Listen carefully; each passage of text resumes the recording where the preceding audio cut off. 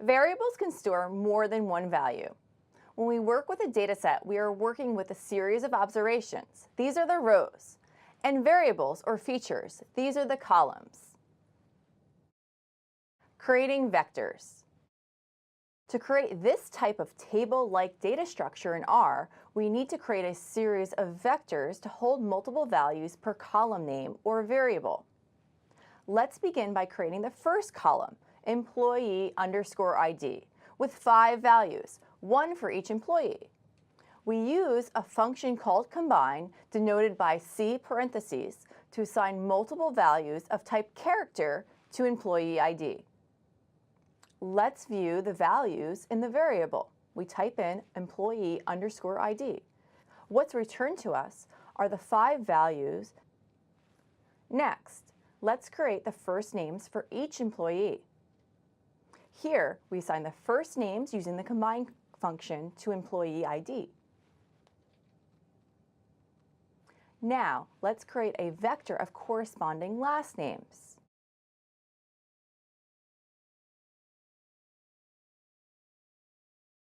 Extracting an observation from a vector. Each one of these vectors is a variable, employee_ID, employee_first, employee_last. However, these variables are independent vectors.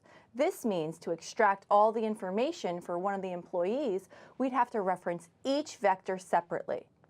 To extract the first employee_ID, the first name and last name, we'd have to use square brackets to indicate the position of the item in the vector. Here, you'll notice that we're referencing the first position for the first observation in each of the vectors. However, this type of data structure is error-prone. A vector can only store one dimension of data, such as employee first name. Therefore, there is really no relationship between the vectors. For example, if I made a typo and extracted the following from 3 vectors, you'll notice immediately that I asked for the wrong employee ID. I referenced element 2 in the employee ID vector instead of 1. It's logical to want to keep the vectors associated with one another. However, since a vector is only a one-dimensional data structure, we need a different data structure that can store many dimensions of data. Data frames and tables.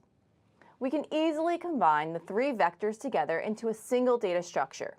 Using a function called data.frame, we can arrange the data into a single structure comprised of rows and columns. We simply pass in our 3 vectors into the data.frame function. Then, we assign the data frame a name that we can easily reference. We'll call our data frame employees. Then, we can view that data by typing the name of our data frame and pressing Enter. Accessing rows and columns in a data frame. To access a column, use the data frame name followed by the $ and the column name. In this case, we use employees $employee_ID. Here, this shows us the entire column for employee ID. The output here is one column, and you'll notice that there is also information about the number of levels.